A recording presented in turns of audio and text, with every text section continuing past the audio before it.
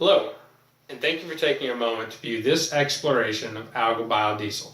My name is Brett Bethron, and along with my team members, Melinda Clemens, Lee Pierce, and Ryan Engel, we will show you some of the amazing innovations behind the idea of turning common algae that we take for granted as a nuisance every day into viable, renewable, and powerful biodiesel fuel. First, we will explore the history of diesel fuel from the invention of the first engine to today, where complex motors can burn fuels like algal biodiesel. Next, we will visit how algal biodiesel is currently being used and the process that algae undergo before they can be turned into viable fuel. At the pinnacle of the idea is the impact that it can have on the environment, which will be explored next. Finally, we will look into tomorrow and think about what may happen with this energy source and the implications it can have on the world.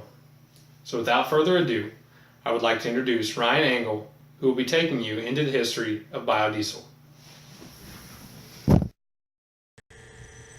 Ralph Diesel developed diesel engines in the late 1890s and first patented his invention in 1893. Mr. Diesel's theory was based off of the principle of compression injection engines. Diesel engines have complex injection systems and were designed to run on many different types of fuels, from kerosene to coal dust. The first public demonstration of vegetable oil-based diesel fuel was at the 1900 World Fair by the French. The next 80 years, diesel engines would become the industry of standard and of power, economically, and reliability. A Belgian inventor in 1937 who first proposed using transesterification to convert vegetable oil into fatty acids and use them as a diesel fuel replacement source. Transesterification converts vegetable oil into three smaller molecules which are much less viscous and easier to burn in a diesel engine. Pacific Biodiesel became one of the first biodiesel plants in the United States in 1996, 20 years ago. In 2005, the worldwide biodiesel production had reached 1.1 billion gallons, with most fuel being produced in the European Union. Algae refers to a great diversity of organisms. Methane gas from algae was proposed in the early 1950s and received a big impulse during the energy crisis in the 1970s. In 1980 to 1996, the U.S. Department of Energy supported the ASP in biofuel. Many different kinds of algae give scientists many different possibilities that they can develop promising algae biofuel technologies. Algae research and commercial production has been in the United States most of the time. Most algae is converted into energy in a similar manner as plants began turned into gas by using the sun.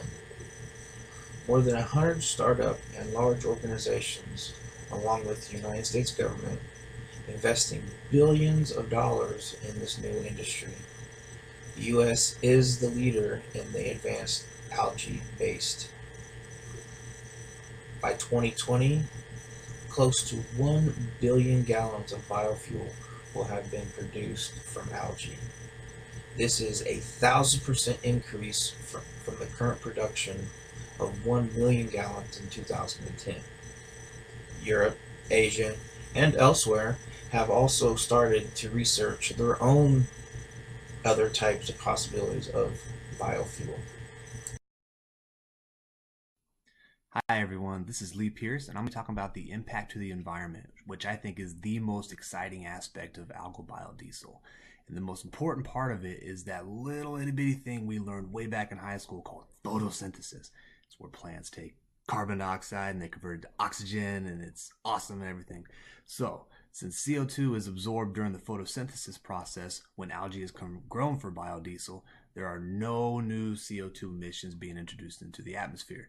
So as you can see from my slide, when CO2 is taken to the algae, it actually turns it into sugar, but that's something we'll talk about later. So to further illustrate how big of a deal this is, take a look at the slide I have.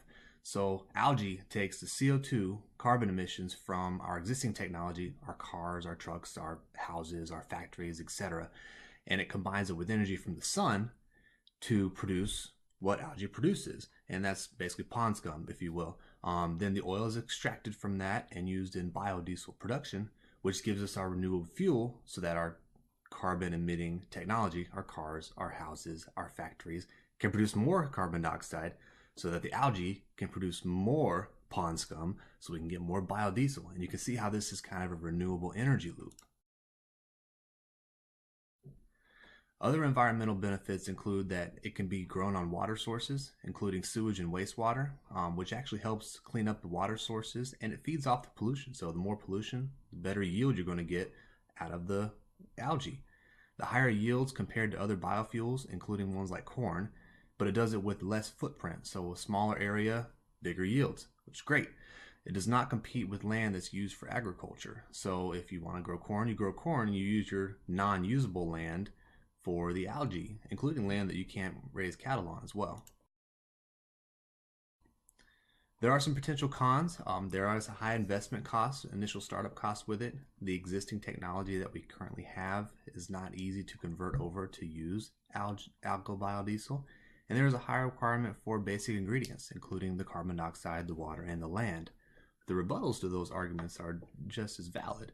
The continued research will continue to lower the cost of both the initial startup cost and the operating cost to produce algal biodiesel. We can start with new technology. All the technology we have now has very short life cycles, so we just forget the current stuff and work on the brand new stuff. And the continued research will create more efficiency, so smaller use of those ingredients we talked about, and as well as higher yields. But the bottom line is that this is a renewable energy source, which means we can stop relying on the expiring fossil fuels and begin to push forward. Understand the history of the diesel engine and algae biodiesel specifically. In order to review the execution plans for producing algae biodiesel,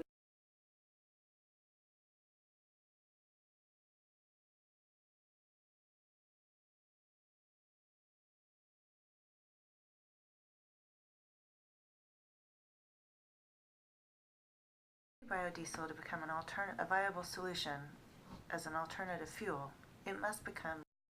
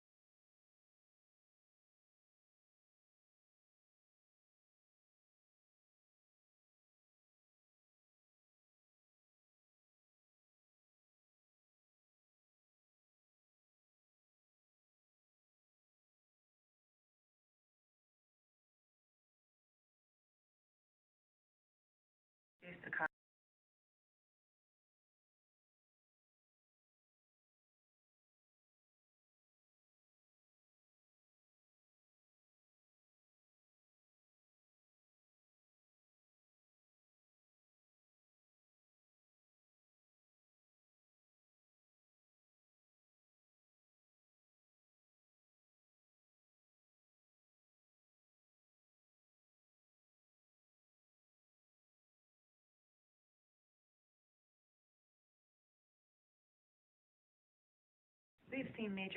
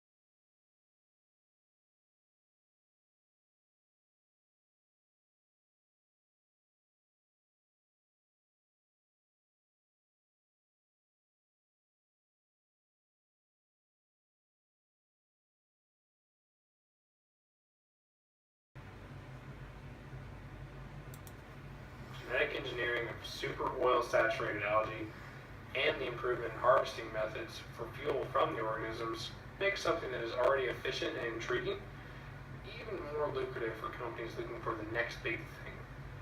In fact, companies from over 18 countries, including China, Japan, the United States, United Kingdom, Germany, and France, are all partnering together to get this project off the ground. But it's not just small players either. Companies like Chevron have thrown the oil magnet hat into the ring. But not to be outdone, environmentalist and venture capitalist Bill Gates has also funded a firm known as Sapphire Energy, which is currently vetting the viability of algal biodiesel as our go-forward fuel source. However, despite all the players in the ring and the great implications, that's not what's going to drive this innovation forward. The sad fact is that we are looking for a miracle, and we are looking for a fuel source that can help us evolve into the next step of our society. Pressure from the environment will cause increased vetting of viable energy sources. So in conclusion, algae are everywhere, and we can grow them anywhere. This versatile and powerful one-celled organism is rich in oils that can produce high yield and high efficiency biodiesel. This biodiesel burns cleaner than fossil fuels, which will inherently shrink the carbon footprint simply through converting to it as our primary fuel source. However, algae have a second power, and that power is photosynthesis.